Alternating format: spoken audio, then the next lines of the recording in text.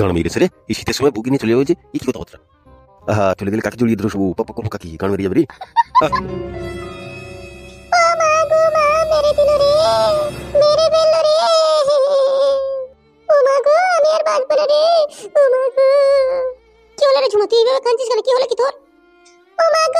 কিচ্ছু বলিনি, একটা কথা বলেছি তাই নিয়ে আমার পেটে ঘুষি মেরে দিল রে। কি মারটা মারলো রে মা। হ্যাঁ গো, তুমি কি সাপের পাঁচ পা দেখেছো নাকি? হ্যাঁ তুমি বেশি কথা বলবে না শাশুড়ি মা, তুমি আমাদের স্বামী স্ত্রীর মধ্যে থাকবে না। মারে আমি আর বাঁচবো না রে। আমার মেয়ে আজ 1.5 মাস হলো অন্তঃসত্ত্বা আছে, তুমি তার পেটে ঘুষি মেরে দিলে। হ্যাঁ নারকেল বেগম চুপ করো, কিচ্ছু হয়নি। তুই হে কেলানে মরো তোমার, তোর সামনে তোর ছেলে আমার মেয়েকে ধরে মারছে, তুই দেখতেছিস দাঁড়িয়ে দাঁড়িয়ে। অন্তঃসত্ত্বা তো বড় বড় কথা বলবে না। আগের বারে মেরে দিলে সেই কথা এখন তুলে ধরে বসে আছিস। এই ওলাও তো বাদ পড়া, তুই তোর বাপের মেয়ে পেয়েছিস, যখন তখন মারবি।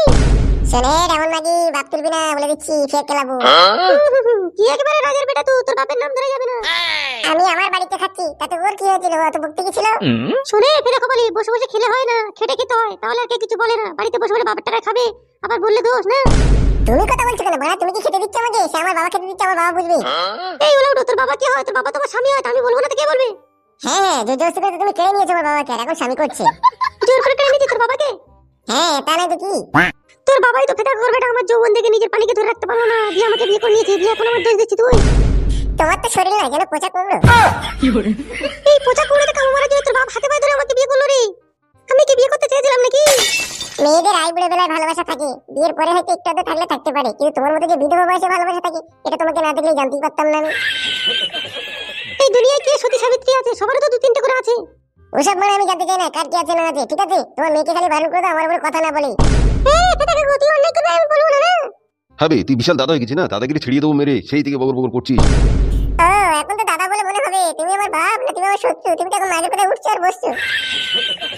শালুক না উদুম মাদ্দ করে শালু আটানা ইনকাম নিয়ে আর বারনার ফুটানি দেয় শালু। শালুক গুদ মারানি সেই থেকে নাটক মারাচ্ছিস তুই, যখন তখন যা চুমকি তাই বলে যাচ্ছিস খান কি ছেলে। শালুক টাকা চিকিবে শালা চুক টেনে বাইক নেবো একদম। এখন তো এসব কথা বলবি রে, এখন মধু পেয়েছিস না, এখন মধু চুষতিস তুই, তাই আমার কথা ভালো লাগে না। আমি বুঝি না, সব বুঝি কাদা। ফটকে তুই আমার তো অনেকদিন কেলানি খাসনি, ছিলে দেবো এক্ষুনি। লে বাবা মেরেই দে, তোরা তো বললে তো আমি স্বর্গ পাবো রে। লে মেরেই লে, এই বালের জীবনে রেখে লাভ নেই। দে লে লে লে মার মার মার মার। কি হলো রে? মার না রে বাড়া, সেই তো মারবো বলে আর মারা একই ব্যাপার রে বাড়া। আমি সব বুঝি রে বাড়া, মার মার মার মার। মা যখন মরে, মাকে মরার সময় কথা দিয়েছিলিস বে যে আমি আর কোনোদিনই বিয়ে করবো না, আমার এই ফটকে নিয়ে আমি একাই দুনিয়াতে বেঁচে থাকবো। এখন এই টাটকা কুমড়াটাকে পেয়ে আমাকে মারতে চাইছিস? তোমাকে কি মারবো বললো নাকি? এটা তুমি আমার বকছো? শাশুড়ি মা, শাশুড়ির জায়গা থেকে খবরদার বাপের কাছে এসে মায়ের জায়গাটা দখল করবে না বলে দিলাম, খুব খারাপ হয়ে যাবে কিন্তু বলে দিচ্ছি। তা হবে সব কথা ঠিক আছে, তো তুই বড় বৌমাকে মারলি কেন বল? সেটাই তোমার মাথা গরম হয়ে গেল।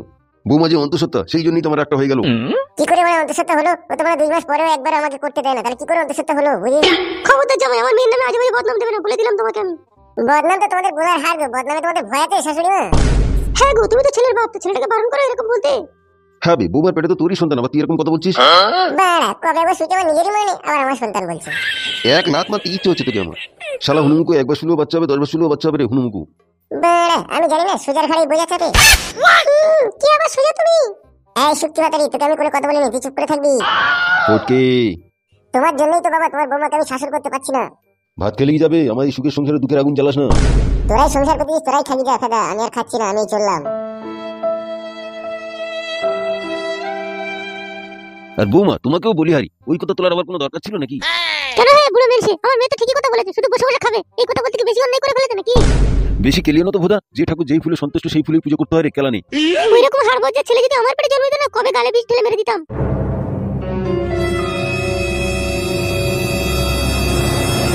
ওই জন্য বলে রে মা, নিজের মা সৎমার মধ্যে আসমান জমিন পার্থক্য, তা আমি বুঝলাম। নিজের মা হইলে আমার ছেলেকে কখনোই বলতো না যে বিষ দিয়ে মেরে ফেলবো। সৎমা বলেই এই কথাটা বলে ফেললো। মাগিদের কাপড় তুলে গাঁড়ে বেড়ে দিয়ে খেতে দিতে পারতাম, মানে জানটা আরাম হতো। কিছু বলতে খেলা বলা এটা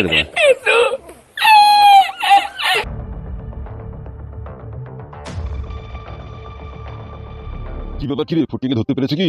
স্যার মেজবাবুর হাবিলদার ধরতে গেল তো। গুদমারানি ছোড়া ফটকে বিশাল টেনশন দিচ্ছে আমাকে। আসুন আসুন এমএলএ সাহেব, আমি আপনার কথাই ভাবছিলাম। আমার কথা ভাবতে হবে না অফিসার, ভাবতে ওই শুয়ারের বাচ্চা ফটকে যে এতদিন হয়ে গেল পরের বুকে লল দিচ্ছে পালিয়ে গিয়ে। এমএলএ সাহেব আমরা তো চেষ্টা করছি যে যত তাড়াতাড়ি সম্ভব ফটকে আপনার হাতে তুলে দিতে। তাড়াতাড়ি করেন অফিসার, নলে সে মেয়েটার পেটে বাচ্চা এসে যাবে, আপনারা যা দেরি করছেন। হ্যাঁ বোকাচোদা মুখ সামলে কথা বল, তুই চুপ করে থাক। শোনো এমএলএ সাহেব, ওই যে ফটকে ওই মেয়েটাকে বাইরে করে নিয়ে গেছি, আমার এলাকা থাকলে আমি ঠিকই খুঁজে বের করে নিতাম। ওই শালু এমন একটা গ্রামগঞ্জে ঢুকে গিয়েছিল যে ওকে খুঁজে পাওয়া মুশকিল হয়ে যাচ্ছিল। আর আপনি তো জানেন যে গ্রামগঞ্জে এলাকা থেকে একটা ছেলেকে ধরে আনা কত মুশকিলের ব্যাপার। আমি ওসব শুনতে চাই না বলা, ওকে তাড়াতাড়ি ধরে আনো, ঠিকানা তো দেওয়া হচ্ছে। সেই চেষ্টা তো আমরা করছি এমএলএ সাহেব। আমি শুধু সুয়ার বাচ্চাকে আমার চোখের সামনে দেখতে চাই। মেজবাবু আর হাবিলদারকে পাঠানো হয়েছে, যত তাড়াতাড়ি সম্ভব ওকে ধরে এনে আপনার হাতে তুলে দেবো। ওই সুয়ার বাচ্চা পল্টুকে আবার ধরে এনে ঘাকত দাও জেলের হতে ঢুকিয়ে। এমএলএ সাহেব, আপনি আইনের লোক হয়ে কেন বেআইনি কথা বলছেন? আমি যদি পল্টুকে আবার থানায় ধরে এনে ঘাকত দিই, তাহলে কালকের আনন্দবাজার পত্রিকায় হেডলাইনে আমারই নাম ছাপা হবে। তখন আমি মিডিয়ার সামনে কি জবাব দেবো? ওরা যখন প্রশ্ন করবে যে এই ছেলেটাকে কেন বারবার পেটানো হচ্ছে, তখন তো তার কোনো উত্তর দিতে পারবো না। আর ওপর থেকে যদি আমার উপরে চাপ আসে, তাহলে বিবি বাচ্চাকে নিয়ে আমাকে রাস্তায় তেরবল টাঙিয়ে থাকতে হবে। এটা কেন আপনি ভাবছেন না? সবারই কথা ভাবতে ভাবতে পারে আজকে আমার গাঁট জাম হয়ে যাচ্ছে, সেটা আমি বুঝতে পারছি হাড়ে হাড়ে। সবুরে মিয়া ফলে এমএলএ সাহেব একটু ধৈর্য ধরুন। আমার মতো লোককেও ধৈর্য ধরে থাকতে হচ্ছে। আপনি বাচ্চা ছেলের মতো কথা বলছেন কেন এমএলএ সাহেব? আপনি হয়তো জানেন না যে পৃথিবীর মধ্যে সবচেয়ে শক্তিশালী হচ্ছে ভালোবাসা। ওরা দুজন দুজনকে ভালোবেসে পালিয়েছে, পালিয়ে এমন একটা গর্তে ঢুকেছিল, সেটা তো আপনি জানেনই না। তাই তো এত সময় লাগছে আমাদের। তার জন্য তো তোমাদেরকে আমি 50,000 টাকা দিয়েছি, আরো 50,000 টাকা দিতে রাজি আছি আমি। আইনের হাত অনেক লম্বা হলেও আপনাকে একটু ধৈর্য রাখতে হবে, ধৈর্য রাখতে হবে। আমি চললাম, তার আগে একটা কথা বলে যাই, কালকের মধ্যে ওকে আমার হাতে তুলে দিতে হবে, ফুল অ্যান্ড ফাইনাল। মনে থেকে যেন কথাটা। এই চল হাট। স্যার তাহলে এখন কি করবেন ভাবছেন? মেজবাবু কখন গেছে, এখন আসে না কেন? স্যার ধরতে তো গিয়েছি, একটু টাইম তো লাগবে। এই ভাড়াগুলো দিয়ে একটাও কাজ ভালোভাবে হয় না। আমাকে বড় আরো গভীরে গিয়ে ভাবতে হবে কি করা যায় দেখি। স্যার বলছিলাম আমি কালকে শ্বশুরবাড়ি যাবো, দুদিন ছুটি দিলে হয় না আমাকে? এমএলএ টাকাটা 20,000 টাকা ভাগ পেলি আর অমনি কুটকুটি ধরে গেল, ঘুরতে যাবার লয়। যাবি তো শ্বশুর বাড়ি যাবি, শালির হাতে গরম ডিম খাবি, শাশুড়ির হাতে লাল চা খাবি, তাই একটু ধৈর্য ধর না রে বোনা। কেসটা হ্যান্ডেল করি তারপরে যাবি বোনা।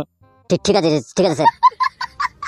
বাল মুখোচা, ঘুষের টাকা পেলি কখনো বইয়ের ভেসিয়ার কিনবো, শাশুড়ির সায়া কিনবো, শ্বশুরের চুটি কিনবো, সেই ধান্দা। কি বলছেন স্যার, আপনি তো সেই কেবে কিনেছিলেন। কখন বে? স্যার গত সপ্তাহে যে মার্ডারটা হলো 1.5 লাখ টাকা নিয়ে তার ফাইলটা চাপা দিলেন, মনে নেই স্যার? বাড়া তোর মনে আছে?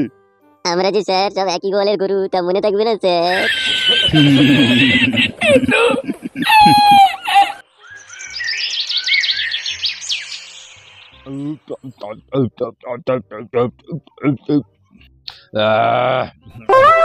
কি হলো বড় ভাই, বুকে যন্ত্রণা হচ্ছে নাকি?